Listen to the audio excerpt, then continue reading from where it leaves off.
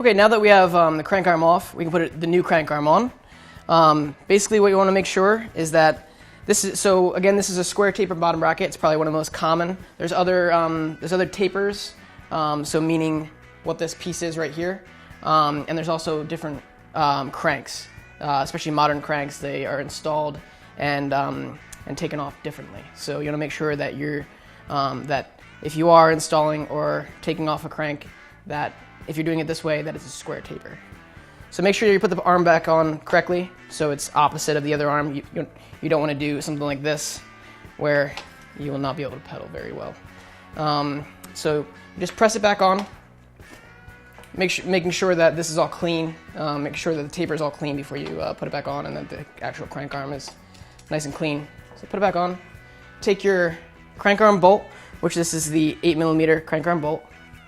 Making sure you put some grease on it. We have some park grease. You can use any type of bicycle grease, would work well. Park, fill, finish line, all those. Take your 8mm hex or Allen and screw it on, making sure that you're not cross-threading the bolt.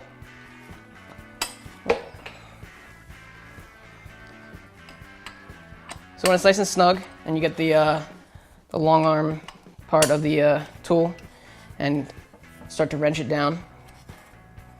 And basically what this is doing is this is pressing this arm onto this taper.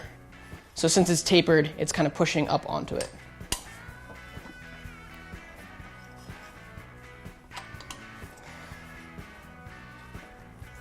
And then once you get to the point where it's getting really tough to turn the bolt or the nut, you want to make sure that you give it a nice snug, tight jolt. It's about 50 pounds of pressure to make sure that it's on there really well, and then it's not going to come off. And that's how to install a crank arm for a square taper bottom bracket.